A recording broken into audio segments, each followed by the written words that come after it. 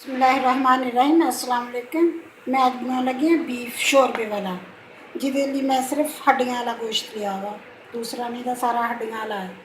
इन्हें मैं धो के साफ करके अच्छी तरह धो लिया वा। ये वास्ते मैं लिया 3 प्याज आ, छोटे दरम्याने से, ज़्यादा नहीं सी, बड़े छोटे छोटे से। लसन आ, 3 टमाटर आ, 1.5 चम्मच हरी मिर्च का, लाल मिर्च का वा, नमक आपकी मर्जी जिन्ना मतलब खाना हो उन्ना, आधा चम्मच हल्दी का, 1 चम्मच सुक्का धनिया पीसा हुआ, गरम मसाला 1 चम्मच आ। हुण मैं इनू उत्ते रख दी हाँ, अग जला के पतीले दे विच रख दी हाँ जी गलन वास्ते।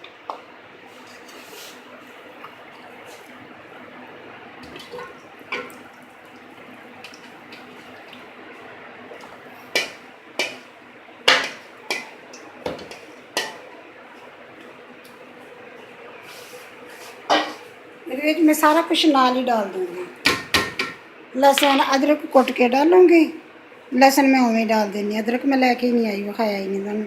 लहसुन मैं इदां ही डाल देनी, प्याज़ां दे नाल ही गल जूगा। टमाटर वा 3 टमाटर छोटे से दरम्याने साइज़ दे, क्योंकि शोरबे वाला बनाना है तो ज़्यादा ना वो हो जाए, गल मतलब खट्टा ना हो जाए।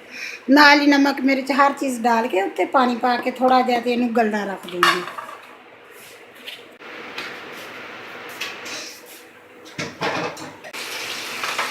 हम ये पानी पा देंगे, थोड़ा पानी पा के उत्ते गलना रख देंगे। 1 कप तो ज़्यादा होगा पानी, इना डाल देंगे।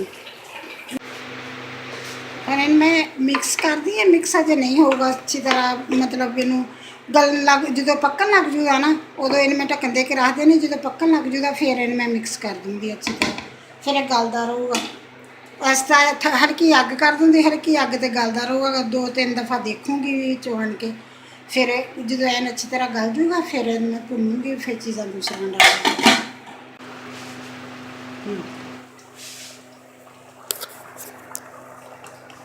बिस्मिल्लाहिर्रहमानिर्रहीम। हुण नूं रेजा पै गया, रिझन लग गया वा, तो हुण इन्हां मैं ऐसा अग थोड़ी कर दूँ, थोड़ी जी मतलब कम कर दूँगी आंच दी, फिर इनू ये गलदा रहूगा। इहदियां हड्डियां मतलब हड्डियां मास सारा अच्छी तरह गल जूगा, आहिस्ता आहिस्ता गलूगा, फिर ज़्यादा मज़ेदार होंदा। गला तो मैं कुकर च भी सीगी भी कुकर च गला लेनी, लेकिन एवें जिहड़ा गलन का मज़ा है ना, वो कुकर च मज़ा नहीं आउंदा।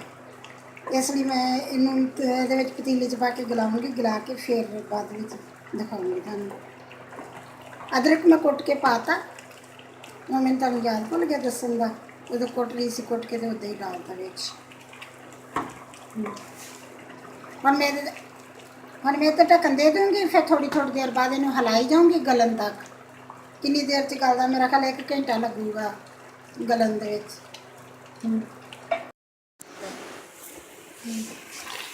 बिस्मिल्लाहिर्रहमानिर्रहीम। गोश्त गल गया है, अच्छी तरह गल गया वा, पानी भी खुश्क हो गया बिल्कुल। 1 घंटा पूरा लगा इनू गलाउण दे विच, क्योंकि मैं फारग हुंदी हां, इसलिए जल्दी जिन्हां नूं होवे वो तां प्रैशर दे विच गला लैंदे फौरन, मैं तो सिर्फ यही काम करना हुंदा वा। हुण मैं इहदे च डालूँगी ऑयल,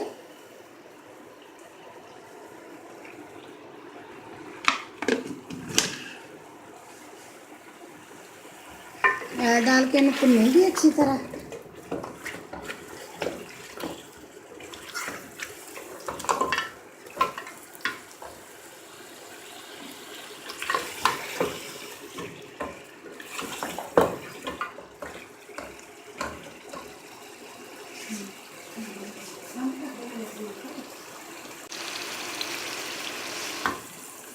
बिस्मिल्लाहिर्रहमानिर्रहीम। मैं नाल इहदे डाल देनी है दही, 2 चम्मच दही दे डालूँगी, 2 नहीं 1.5 चम्मच डाल देनी।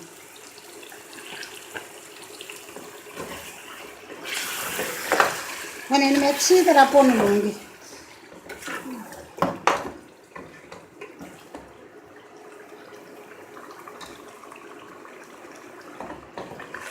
जो है अच्छी तरह भुनूँगी, फिर ये पानी डालूँगी थोड़ा जा।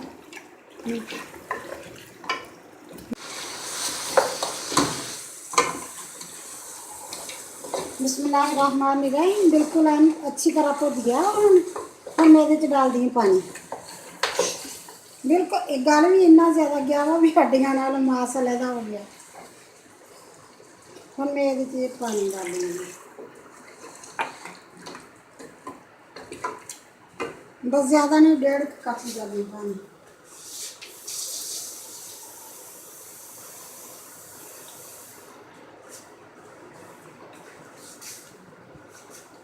1 कप तो इतना ज़्यादा 1.5 कप था बस। हम इन्हें थोड़ा जा पकन दूँगी। फिर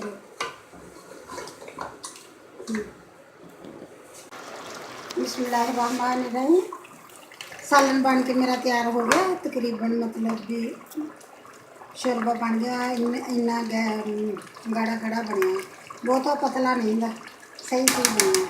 हम मेरे ना थोड़ा जहा धनिया तो है नहीं सी, सब्ज़ अज आया नहीं सब्जी वाला, सब्ज़ धनिया नहीं है। थोड़ा जि सफ़ेद जीरा पीसिया होया डालूंगी, आधा चम्मच डाल के अग बंद कर दूँगी। तो जीरा डाल के उत्ते ढक्कन दे के बंद कर दूँगी। यदि शोरबे वाली चीज़ की माशाल्लाह बहुत सोहनी खुशबू आती होंगी है। बंद करके रख दूँगी। हम 5-4 मिनट बंद तैयार होगा, फिर खोलूँगी ढक्कन का, फिर बहुत मज़ेदार लगेगा, खुशबू बहुत अच्छी होगी। बिस्मिल्लाहिर्रहमानिर्रहीम। बंद करके रखा सी मैं उत्ते जीरा डाल के, बनया तो माशाल्लाह बहुत अच्छा लगता, बिल्कुल बन के तैयार हो गया। बनया तो माशाल्लाह अच्छा लगता, खाया पता लगेगा किदां दा।